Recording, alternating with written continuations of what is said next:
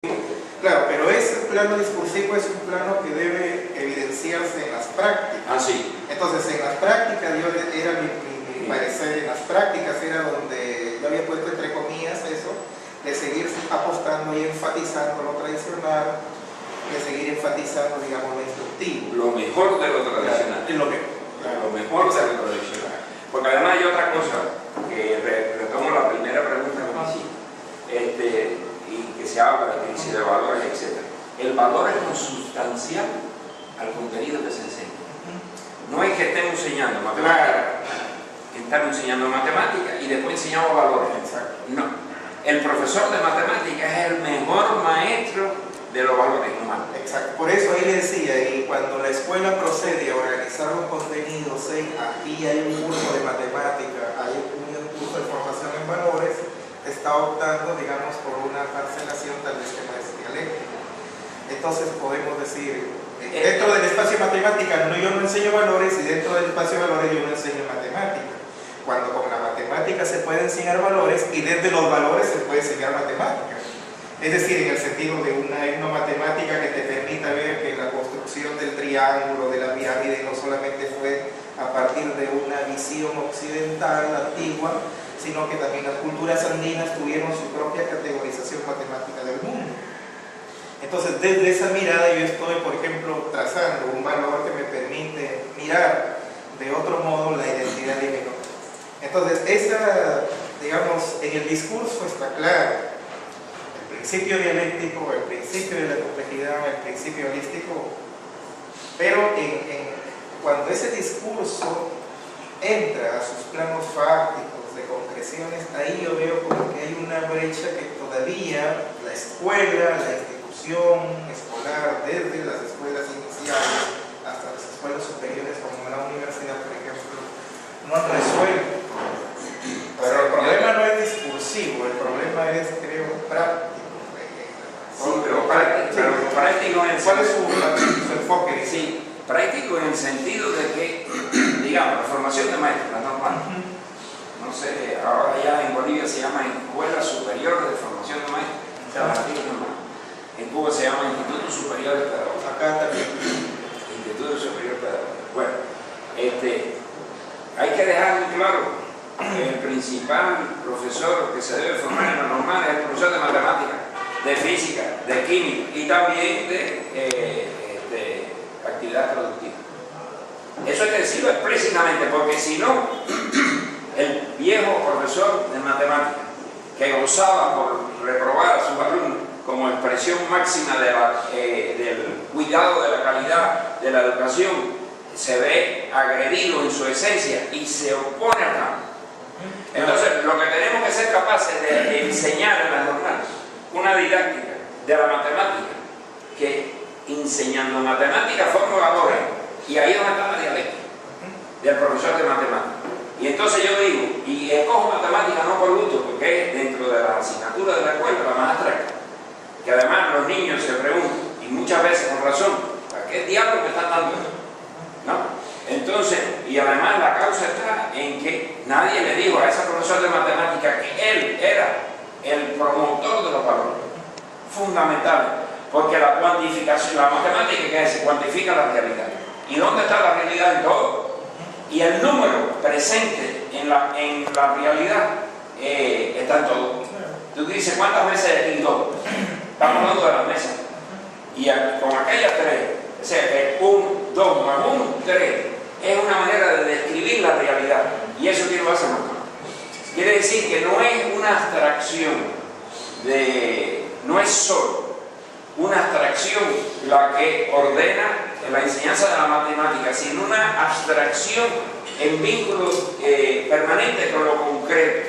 Y si usted le enseña eso al niño, que la vida es abstracciones y concreciones, usted está formando una cosmovisión científica del mundo. Es decir, el profesor, no estoy hablando del profesor de matemática de la universidad, no, 2 más 1, es una manera de influir en el niño, en los valores de relación abstracta concreta, que al fin es la cosmovisión fundamental, porque cuando las distintas culturas de nuestros pueblos originales enseñaban, digamos, las huellas de Nazca, ¿no? Se llama. Las líneas de Nazca. El profesor de geografía que enseña las líneas de Nazca está enseñando, si lo hace con toda la profundidad esencial con que lo hacía nuestro, ¿cómo se llama? Dirigente de los pueblos originarios, está enseñando a interpretar una cosmovisión. Una organización social, una económica, religiosa, etc. Entonces, lo que el profesor, cualquiera que sea, es el que forma los valores en los escolares a través de su asignatura abstracta, concreta, práctica o teórica. Entonces, eso es lo que hay que enseñar a los maestros. Y los maestros son los responsables de formar esos valores. Y esos valores van cambiando, por supuesto. Aquí yo estoy viendo en la propuesta que usted hace de manejar el principio dialéctico en el derecho educativo, por lo menos 3 niveles de intervención de la dialéctica.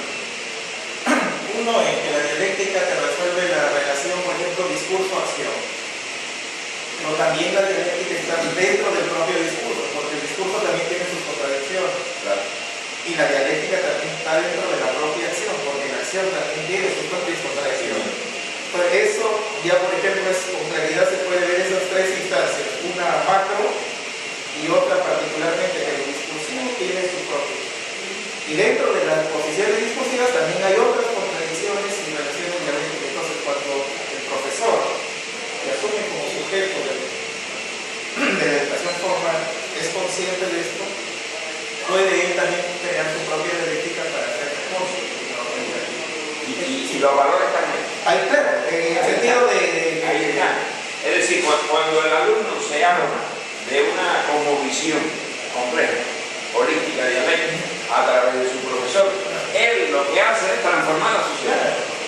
Y el revolucionario se forma aprendiendo matemáticas. Claro. Yo creo que la modernidad en los procesos históricos trazó esa diferencia de que lo racional está a un lado, lo emocional a otro lado.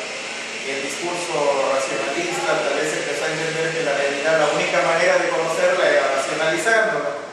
El romanticismo viene y le propone que la única manera de conocer la realidad era a partir de la subjetividad y no de la objetividad.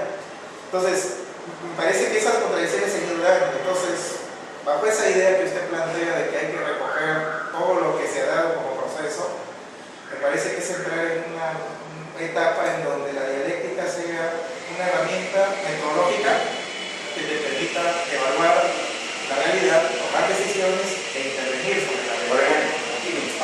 ¿Eso qué? Cualquiera diría, esto es un factor ornamental. ¿Cómo? Y eso, está ahí por casualidad. Pusimos este rincón, pero pudieron estar en otro lado. Aquí, estas abstracciones que hay aquí, porque esa no es la realidad tal cual ella es, pero en su esencia sí. Entonces, ¿quién lo expresa? Un hombre de sentimiento. Un artista. Quiere decir que entonces el artista nada que ver con la matemática. Tampoco. Todo lo contrario. Todo lo contrario. A través de abstracciones, porque 1 más 1 es pura abstracción. 2 meses. Él trata de ir a expresar una cosmovisión en la cual la interpretación subjetiva y sentimental, porque el artista trabaja con los sentimientos, tiene un enfoque como visión. Es muy fácil, como a principios del siglo XX, decir que el arte abstracto es hacer evadirse de la realidad. Sí. No, al contrario, es meterse en la realidad con más enfoque. ¿Quién? Lo subjetivo está presente. En un orden tal que los subjetivos excluyen los objetivos. No, todo lo contrario. Los subjetivos, mientras más subjetivos, más objetivos. Y eso es lo que tiene que estar primando en las normales, en las escuelas. Y eso es lo que crea nuevos valores, nuevos enfoques, nuevas trascendencias. Ahora, planteando un tema aquí dentro de este marco de la relación escuela-sociedad. La escuela tal como institución, digamos, es una propuesta moderna, es una propuesta tal vez que aparece cuando las condiciones sociales en Europa cambian y el Estado asume el rol conductor de la sociedad, desplaza a la Iglesia, aparece el control, digamos, el concepto de escuela pública y surge la escuela como una institución encargada de dar la educación. Pero ¿no le parece que ese concepto de escuela que la modernidad puso y que hasta ahora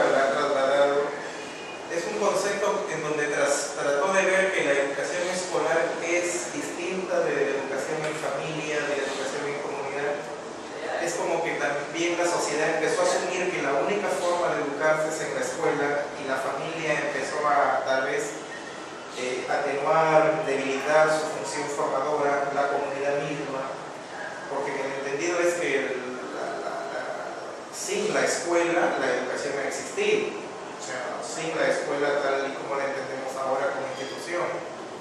Entonces, ¿no parece que una alternativa también de la escuela de ahora con más flexibilidad es extender una mirada a cuáles fueron los métodos, las formas, las maneras de enseñanza que se daban cuando la escuela no existía?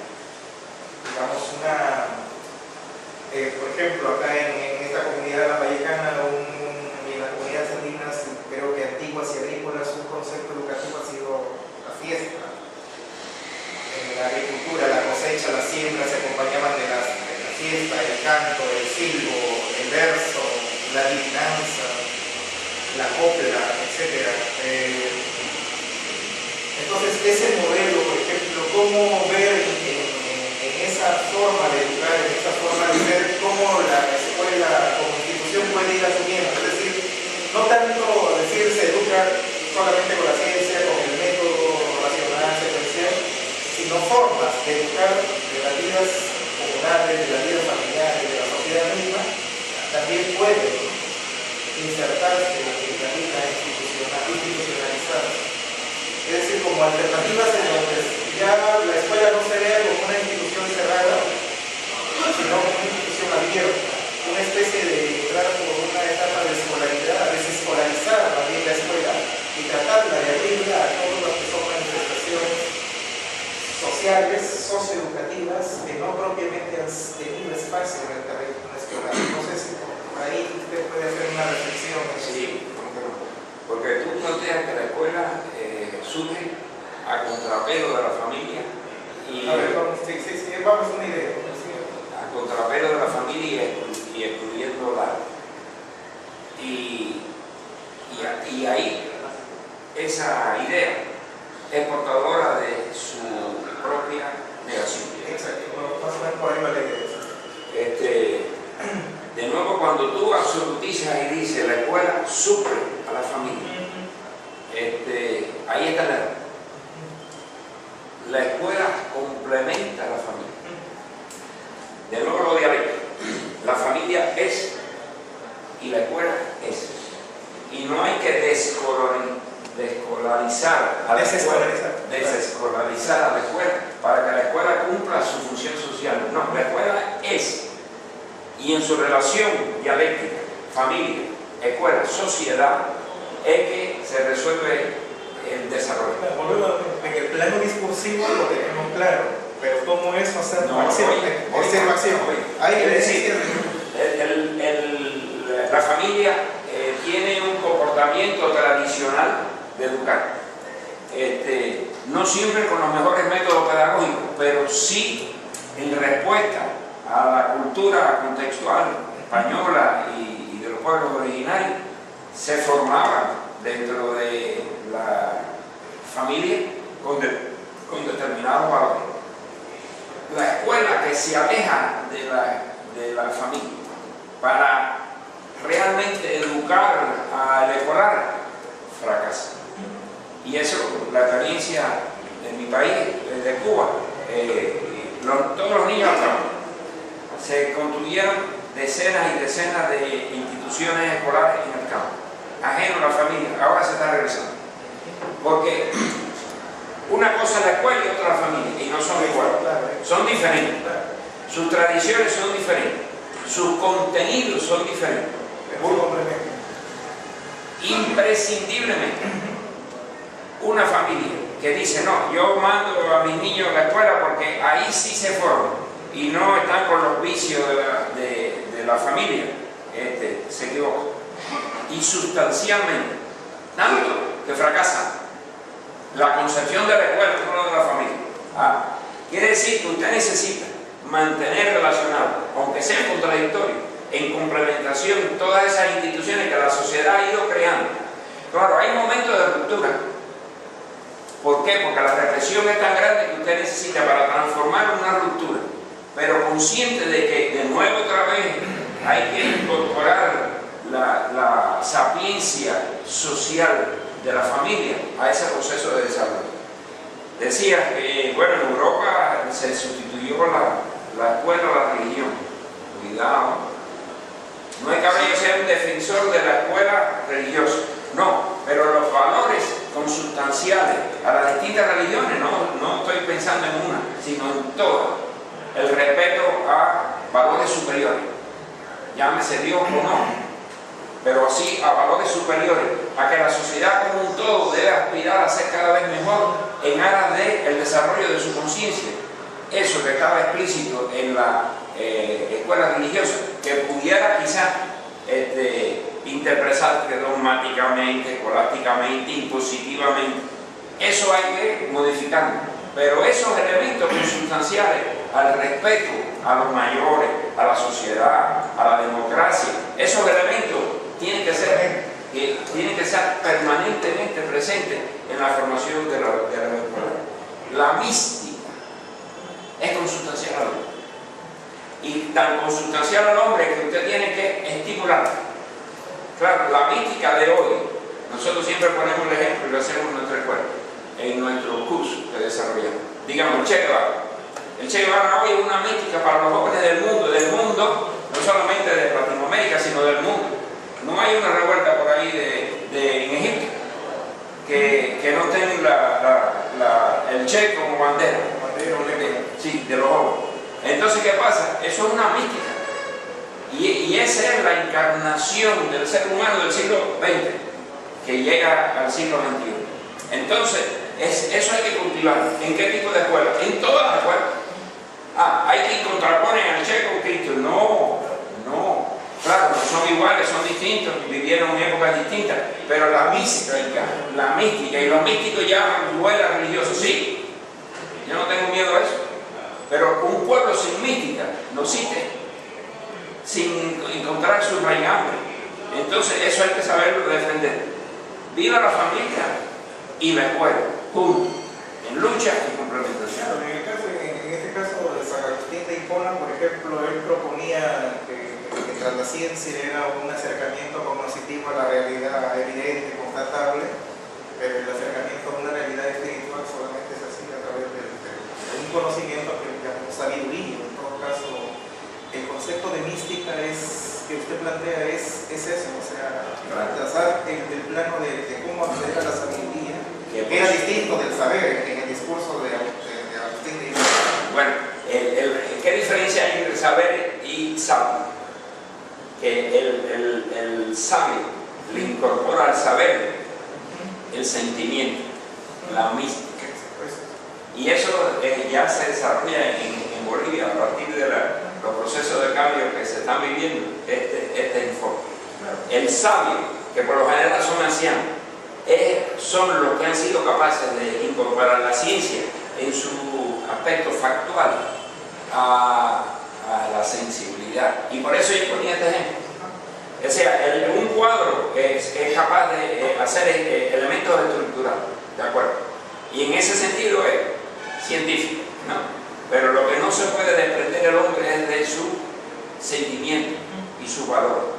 Claro, pero en el caso peruano esto, digamos, es complejo en el sentido de que, visto ya en el plano social, en el plano histórico, el Perú, digamos, es una sociedad fracturada porque los distintos grupos sociales que debieron en su momento construir la idea de nacionalidad no lo hicieron. Digamos, criollos, negros, chinos, amazónicos, andinos, distintas miradas, cosmovisiones, distintos modos de entender el mundo, debieron confluir y construir la idea de nacionalidad. Pero esto en el Perú, en sus procesos históricos, no pasó. O sea, el criollo excluyó. O sea, la idea de nación, de nacionalidad centralista, criolla, excluyente, los demás quedaron en la marginalidad, y eso el Perú como sociedad lo ha ido experimentando, desarrollando. A partir de ello se han construido actitudes como por ejemplo el racismo, que todavía explícito e implícito existe, digamos la distinción de género, que todavía se mantiene, la relación centro-periferia, campo-ciudad, ¿no? Costa-sierra, se mantienen como prácticas. Entonces, en ese sentido, digamos, el concepto de mística tal vez no encuentra un escenario sociohistórico para poder incorporarse como vía de cambio educativo. Y esto pasa en el sentido de que, por ejemplo, ahora esta visión de la escuela incorporada dentro del mundo global, del mundo del mercado, la institución educativa también ya se ha incorporado una idea que la institución educativa es una empresa. Entonces, el concepto de mística cambia. Entonces, cuanto más produzca una institución, más cercano está, digamos, a su función social. Y el otro sentido del trabajo educativo, el trabajo de los planteamientos, las formulaciones educativas propiamente dichas, tienen un plano, digamos, de conflicto con este modelo de empresa. Entonces, en ese escenario, si alguien, por ejemplo, genera ingresos, producción dentro de la institución como empresa, digamos, está cumpliendo una función y tiene una valoración, digamos, positiva. Si otro, en cambio, está buscando otras alternativas educativas más cercanas a los cambios axiológicos, subjetivos, se puede decir, está en otro plano, digamos, de valoración. Entonces, como que el sentido de la mística, digamos, en su dimensión de rasgo humano, es acertado, ¿no? Pero, digamos, en su contextualización, en su manifestación contextual, tiene que resolver una serie de contradicciones o pasar por una serie de obstáculos que son históricos, que son sociales. ¿Sí? ¿Cuál es su parecer? Yo dice que lo peruano no se ha logrado, y yo diría que se está logrando. Sería lo que yo agregaría. Porque es verdad, bueno, aquí llegaron los españoles, llegaron cortando cabezas, ¿no? Con la cruz en una mano y el sable en la otra. Y esa característica histórica está presente durante siglos. Yo también digo que el indio, cuando aprendía a leer y escribir, le cortaban la mano. Es decir, que la decisión histórica era que tú naciste para no saber leer y escribir. Entonces, el letrado lo estudió. Sí, y eso está presente, seguro. Y eso, por inercia, se mantiene en cierto grado, ¿sí? Pero bienvenida sea la lucha de los pueblos originarios buscando sus raíces culturales. Y justamente la manifestación explícita de esa raíz de cada uno de los pueblos es lo que hay que rescatar para incorporarlo al contexto social universal, incluso porque ahora la computadora está ahí oyendo la conversación, y entonces eso es un factor que no hace daño, sino que ayuda a esta comprensión. Es decir, si lo comprendemos en un plano dialéctico, nos damos cuenta que mientras más profundo sea rescatar los valores de cada uno de los pueblos, más universal te convierte. Porque es que en todos hay aspectos generales que son resultado también de factores económicos, históricos y sociales, pero que están presentes en todos ellos. Pero al mismo tiempo, la única manera que nosotros tenemos de ser universales y al mismo tiempo peruanos es rescatando esos valores de los pueblos originarios.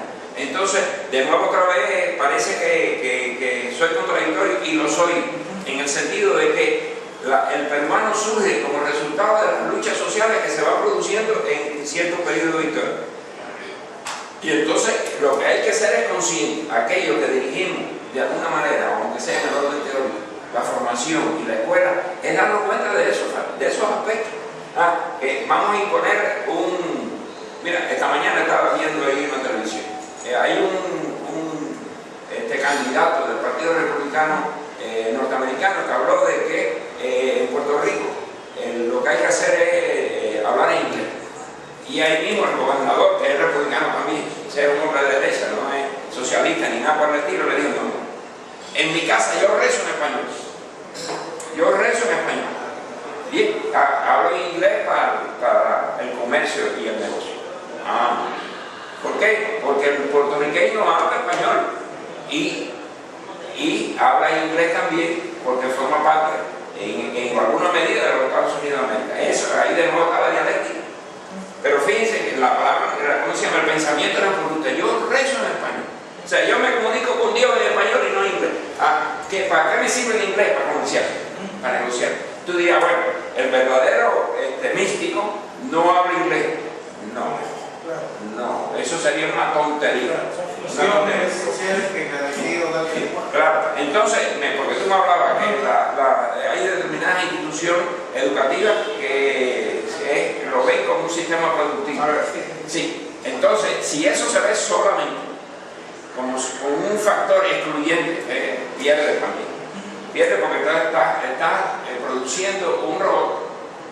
Entonces, el hombre tiene que ser capaz de ser competente, porque el constructivismo habló de competencia, no de objetivo. Y entonces ahora viene, hay todo un proceso de exclusión del constructivismo y de excluir la palabra competencia. En una evolución que yo la veo evidente en Bolivia. Cuidado. Nosotros queremos profesionales que egresen de nuestras universidades que sean competentes.